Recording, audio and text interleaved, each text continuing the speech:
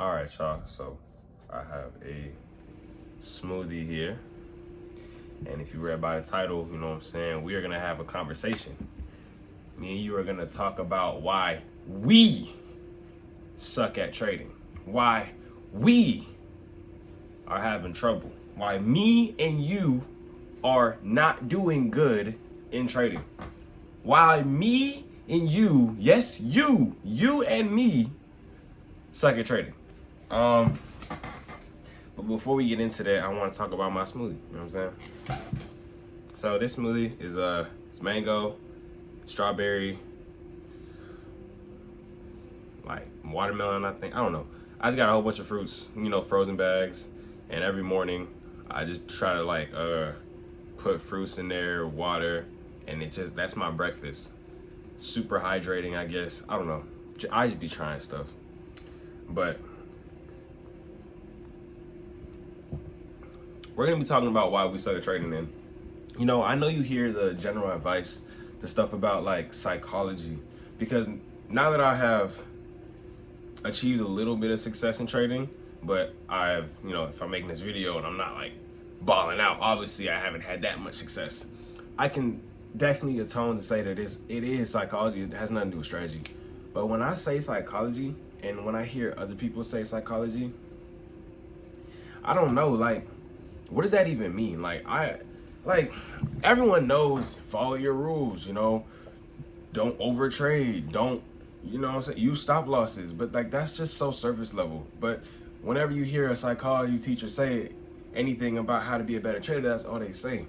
But I realize that it's a deeper side to it, and it's something that a lot of people don't really speak on, and it's what I've noticed about trading, and what's honestly I'm hoping going to help me moving forward. Because, well, if I'm being completely transparent, March was the greatest trading month of my life. I had got funded. Then after getting funded, I went on to make about $3,000 in a week. And then I received my first payout. And then I was able to almost receive my second payout. Notice the key word, almost. It means something bad happened. Basically, April came out and the tariffs dropped. And it was during those times, like if you were trading, then you would recognize that like the candles were moving, like on NQ, you can move like 500, 600 points in a day. That's not normal, bro. That is not normal. And like, it messed me up. Does that mean that there was no way I could have made money in the month of April? I absolutely could have. But with the psychology that we're gonna get into, and I think it's the reason why I blew my stuff, bro. But yeah, I blew it, bro. I blew the funding. I even had 3 more accounts in that month of March, where I had nearly a perfect month, bro. I had 3 more funded accounts that were $200 away from passing, and I blew them all. Yeah, bro. I blew them all, bro. And I'm back at square zero now, bro. Like, all the momentum that I had built up, I had fallen off. And one of the reasons why I think that psychology is like such a tough thing, and the reason why I feel like people don't exactly know how to tackle it, is because trading psychology is the opposite mindset that you need to have towards literally 99% of your life. What I'm saying is, for example, for me, what made me crash out and lose those 3 funded accounts that I was about to pass, which would have quadrupled my daily income, which would have literally put me in escape velocity to fast track to what I thought was success. You know what I'm saying? I still think it's success. What happened was, when I made the $2,700, right? Because the accounts were at $2,700, I needed $200 more to pass. I thought in my head, I need to pass these before the end of the week, so that come next week, which was like Monday, you know what I'm saying, I'd be able to copy trade them all, and I'd be able to, start making a bunch of money. All I was thinking about was the money. But what really hurt me was the goal I put on myself. You see, in real life, you have to set goals. Like Oh, let me take a sip. You gotta set goals. You have to be, you know what I'm saying, having a plan. You gotta, you know what they say, have your day planned before you wake up the next day. I mean, I don't personally do that, but if you look at 95% of the, you know, rich people on the internet, they'll give you that same advice. You know what I'm saying? And so we're conditioned to believe that, like, you know, you got to strong hand your way in the markets. You know, you have to trade hard. You got to, like, set a goal for yourself. Friday, I'm passing this account.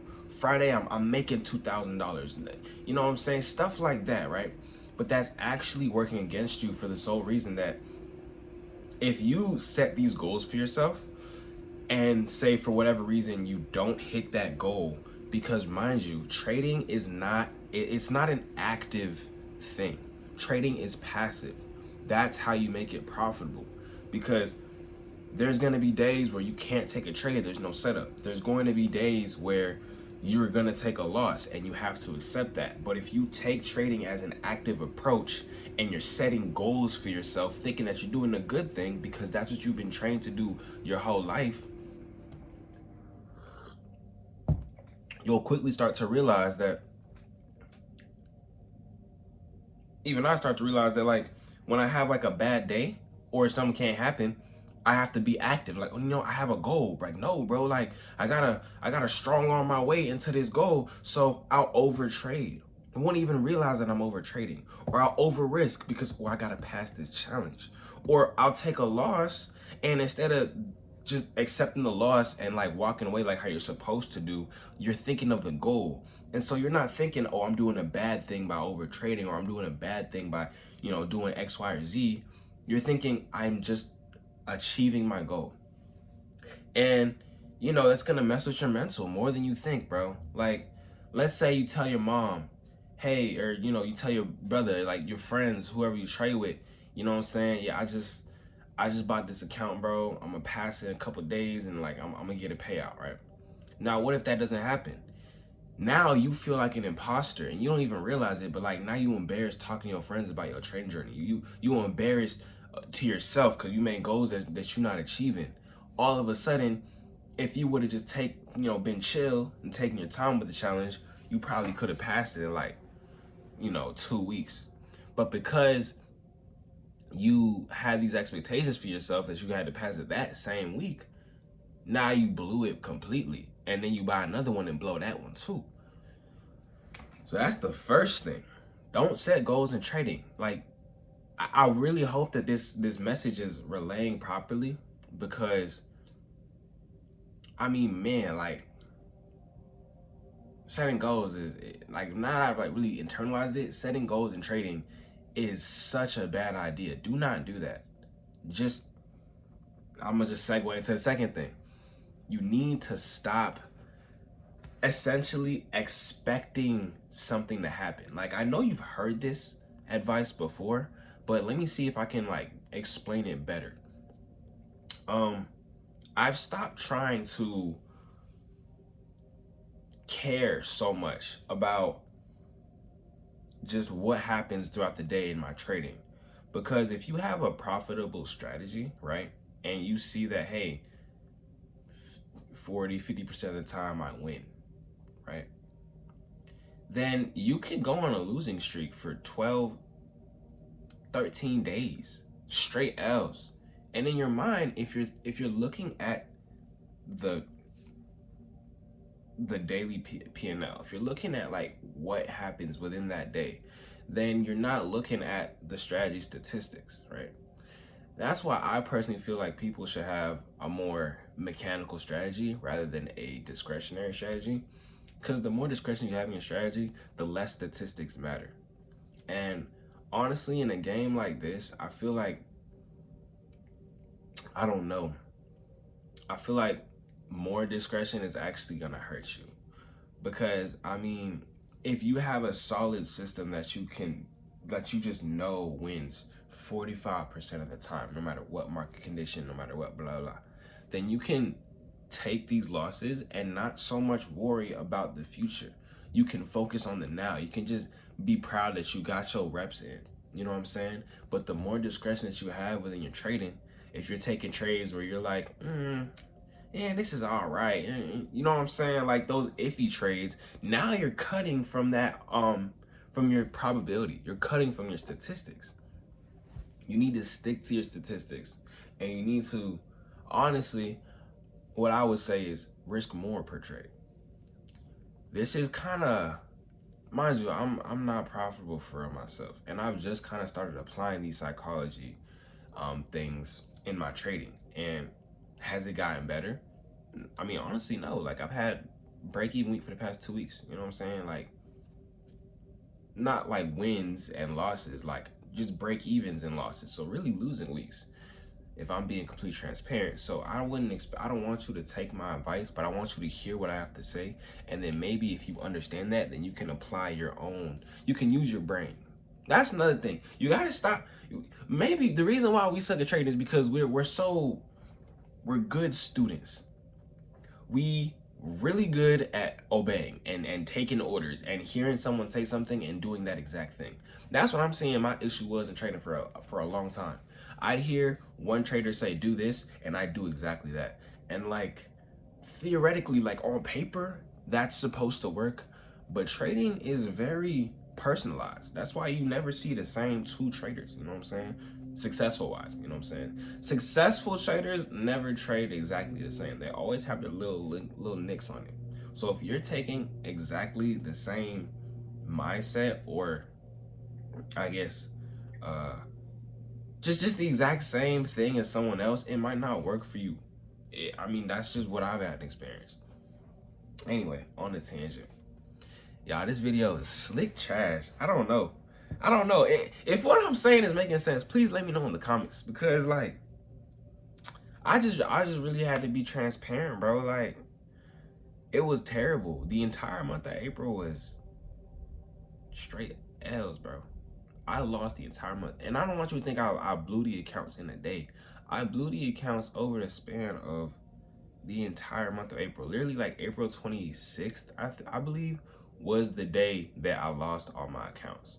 But I was losing from like April 7th, bro. Like, and it's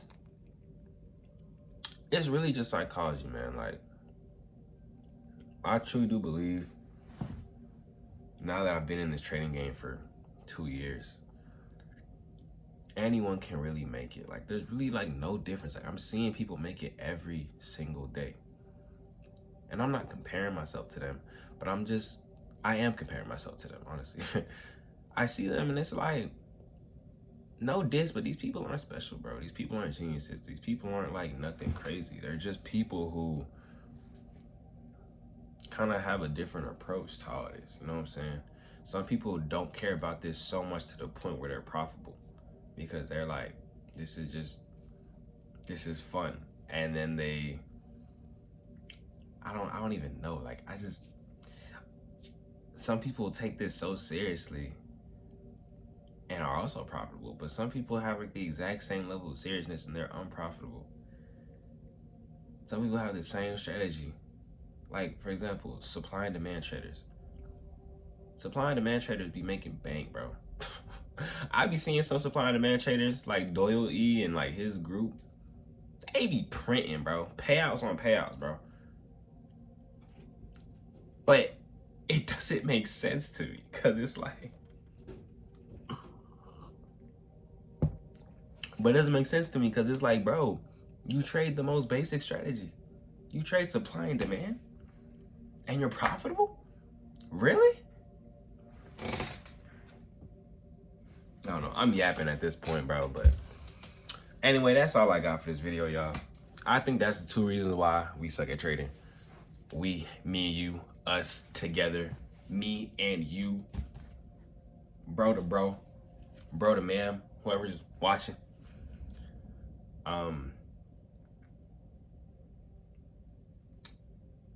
Yeah, I'm done.